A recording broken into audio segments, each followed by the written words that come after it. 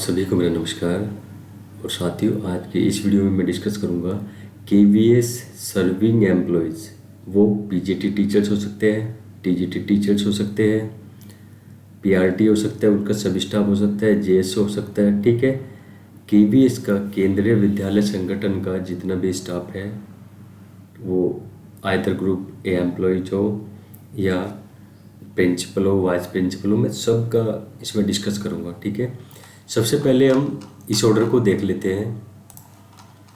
ठीक है, जब ये नवंबर 2024 में इस extension of facilities of CGHS facilities to all the serving as well as retired employees of KVS. ठीक है, ये जब से आया था तो तब से जो जितने भी ऑटोनोमस बॉडी मतलब ये केवीएस है तो सब सीजीएचएस की फैसिलिटी ले सकते हैं। ठीक है, ये रिटायर्ड एम्प्लॉयज़ का है। रिटायर्ड एम्प्लॉयज़ के लिए मैं किसी अलग वीडियो में बताऊंगा। आज मुझे कवर करना है सर्विंग एम्प्लॉयज़ का। ठीक है, तो इसको जल्दी जल्दी देख लेते हैं, फिर इसी वीडियो में मैं कैसे आपको अप्लाई करना है वो भी दिखाऊंगा। ठीक है, तो ये कह रहा है कि the serving employees residing in the CGHS area can opt for CGHS facility as per CGHS guideline issued from time to time. ठीक है, बी ऑप्शन में क्या कहता है कि अगर भाई किसी ने सीएसएमए रूल्स ऑप्ट कर रखा है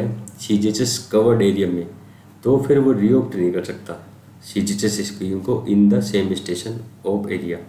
ठीक है, दूसरा ये थर्ड पॉइंट इसका क्या कहता है, ये कह रहा है कि if serving employees having a CGHS card is transferred he she has to surrender the CGHS card.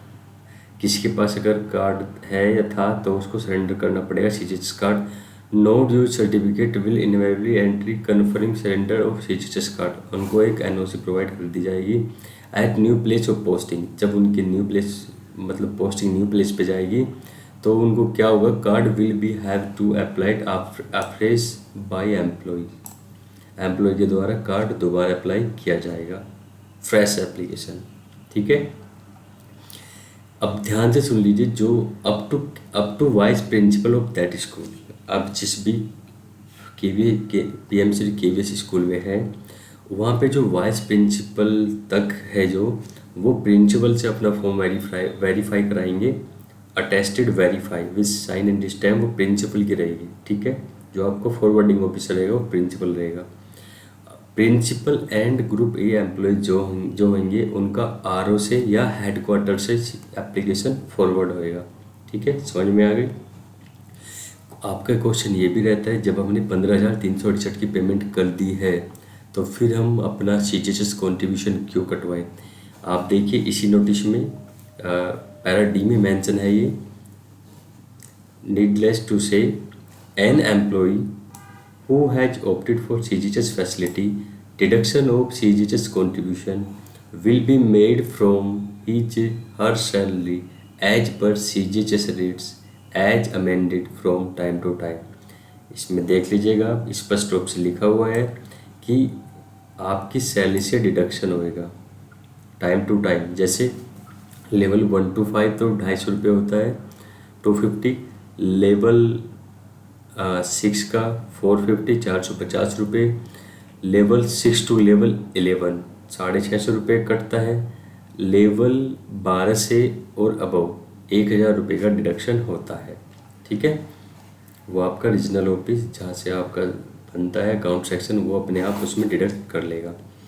ध्यान रखिए ये डिडक्शन ज़रूरी है। अगर ये डिडक्शन नहीं होगा आपकी सैलरी स्लिप में तो आपका फॉर्म वापस आ जाता है। कभी कभी इस केस में आपने देखा भी होगा। ठीक है, बस इसमें यही बातें थी जो सब डिस्कस करने की थी। ये तो वहीं के लिए है, आपके ऑफिस के लिए। अगर आप कोई क्लेम करते हैं तो विदिन 21 वर्किंग डेज में वो मतलब हो जाएगा प्रोसेस। और ये है कि अगर वर्कलोड ज़्यादा है तो ये मतलब सीजीएचएस ऑफिस के लिए बातें नहीं है, ये आपका रीजनल ऑफिस के लिए है और स्कूल के लिए है। ठीक है, और इसमें ये भी मेंशन है कि मतलब ऑटोनोमस बॉडी है तो ये कोस्ट बेसिस है। जो 15,368 है सालाना होती है ये। ठीक है, ये कोस्ट बेस रहती है। ठीक है, चलिए मैं इसी वीडियो में अब आप अपना फॉर्म कैसे अप्लाई करें। वीडियो थोड़ा लेंदी होगा बट आपको सारी चीज़ें क्लियर हो जाएगी, कैसे आपको फॉर्म फिल करना है और फॉर्म में क्या मिस्टेक आपको नहीं करनी है। ठीक है, चलिए बने रहिए आज के इस सेशन में। सबसे पहले हमें गूगल में या गूगल क्रोम में cghs.mohl.gov.in की वेबसाइट को ओपन कर लेना है। ठीक है, उसका कुछ इस तरीके का इंटरफेस होगा जो होम पेज होगा। ठीक है, अब आप क्या करेंगे, अप्लाई फॉर सीजीएचएस कार्ड पे क्लिक करेंगे। जैसे ही आपने क्लिक किया कुछ इस तरीके का खुल के आ जाएगा होम पेज। ठीक है, अब इसमें click for instruction for all applying serving beneficiary. आप सर्विस में हैं तो मैं सर्विस के बारे में बताऊंगा। Copy of ID, proof of dependent family members. ठीक है, फटाफट से अच्छे से आप देख लीजिए कि क्या क्या डॉक्यूमेंट आपका लगने वाला है।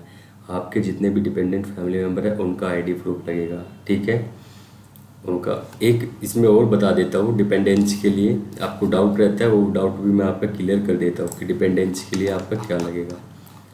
ये फैमिली देखिए, ये जो आपका है ना, उस टाइम पे जो नवंबर 2024 में उस टाइम पे था, ये अब नहीं चलेगा। अब ऑनलाइन आपको फिल करना है। ठीक है, ये वाला फॉर्म अब नहीं चलेगा। ठीक है, आप बता देता हूँ। डिपेंडेंसी के लिए आप यहाँ से देख सकते हैं कि definition of family, husband wife हो सकते हैं, फर्स्ट वाइफ ओनली। ठीक है,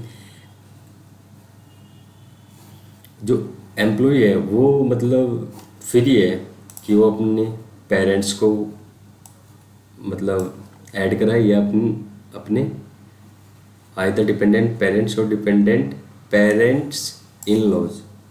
ठीक है भाई, वो अपने सास ससुर को ऐड कराए या अपने पेरेंट्स को ऐड कराए, वो देख सकता है। For the purpose of availing CGHS facility. ठीक है, ये आपको मतलब अपना चूज करना पड़ेगा, अपनी फैमिली हिस्ट्री में उनको ऐड कराना पड़ेगा जिसके लिए आप फैसिलिटी लेना चाहते हैं। ठीक है,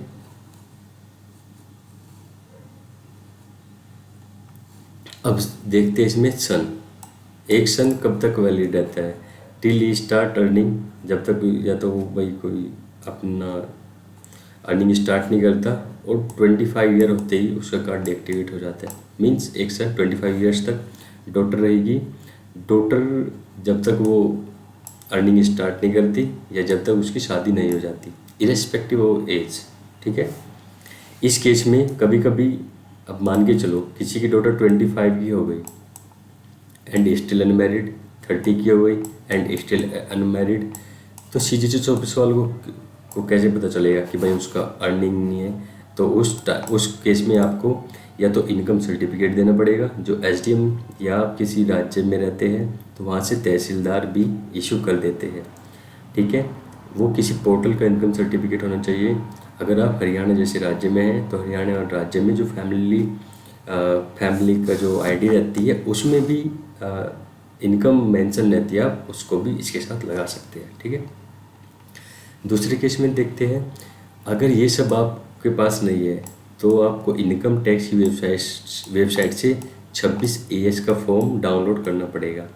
ये फॉर्म डाउनलोड करने के लिए आपको इसी चैनल पर एक how to download 26 AS form मिल जाएगा। ठीक है, सन के केस में हो गया। अब son suffering from any permanent disability of any kind, ये फिजिकल हो सकता है और मेंटल एज डिफाइंड बिलो। ठीक है, इस केस में अगर कोई डिसेबल्ड सन है तो वो इरेस्पेक्टिव ऑफ एज आप उसको ऐड करा सकते हैं, इसके लिए कोई एज लिमिट नहीं है। अब देखते हैं डिपेंडेंट, डिवोर्स्ड, अबंडेंट और separated from their husband, widow daughter and dependent unmarried, divorce, abandoned और separated from their husband, widow sister, ये भी इरेस्पेक्टिव ऑफ एज है। डिवोर्सी केस में आपको डिग्री लगानी पड़ेगी, ये ध्यान रखना। इससे सिर्फ आपके बताने से सीजीएचएस ऑफिस वाले नहीं मानेंगे, आपको डिवोर्सी केस में डिग्री लगानी पड़ेगी, सेपरेटेड में ये सब पूरा उनको देना पड़ेगा। विडो डॉटर के केस में आपको उनका डेथ सर्टिफिकेट देना पड़ेगा उनके हस्बैंड का। ठीक है, और सर्विस रिकॉर्ड में जो आपकी फैमिली हिस्ट्री फॉर्म रहता है सर्विस बुक में, उसमें भी आपको इसको मेंशन कराना पड़ेगा। ठीक है, और विडो सिस्टर का। ठीक है, ये तो आप समझ जाइए कि विडो के केस में you have to produce death certificate of her husband. Dependent minor brother, ये तो जब तक वो मेजर नहीं होता, जैसे उन्होंने 18 अटेन किया देन डीएक्टिवेट हो जाता है।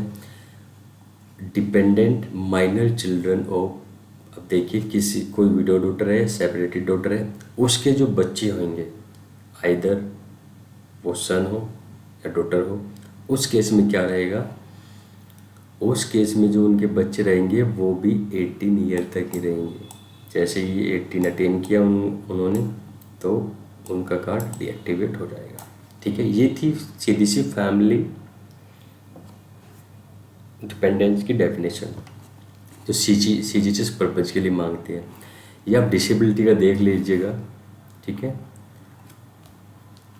और कोई भी अगर आपका डाउट हो, क्योंकि वीडियो काफ़ी लेंथी हो गया तो इसमें अब मैं आपको प्रोसेस नहीं बता पाऊँगा, प्रोसेस में फिर आपको नेक्स्ट वीडियो में ही बता पाऊँगा। ठीक है, अब ये देख लिया, अगर आप पेरेंट्स को ऐड कराना चाहते हैं तो सर्विस जो फैमिली हिस्ट्री फॉर्म है उसमें उनका नाम होना चाहिए और उसमें डिपेंडेंट लिखा होना चाहिए उनके नेम के सामने, और आपको उनका इनकम सर्टिफिकेट देना पड़ेगा। इनकम सर्टिफिकेट नहीं है तो आपको इंडिविजुअल का, मदर और फादर का, फादर इन लॉ और मदर इन लॉ का, इंडिविजुअल का आपको 26 AS का फॉर्म देना पड़ेगा अगर आप इनकम सर्टिफिकेट नहीं देते हैं तो। ठीक है, वीडियो काफ़ी ज़्यादा लेंथी हो जाएगा तो मैं आपको नेक्स्ट वीडियो में उसका प्रोसेस बता देता हूँ कि आपको कैसे अप्लाई करना है। ठीक है, ज़्यादा से ज़्यादा अपडेट के लिए चैनल को आप सब्सक्राइब कर लीजिए। Okay, thanks for watching this video and happy teachers day.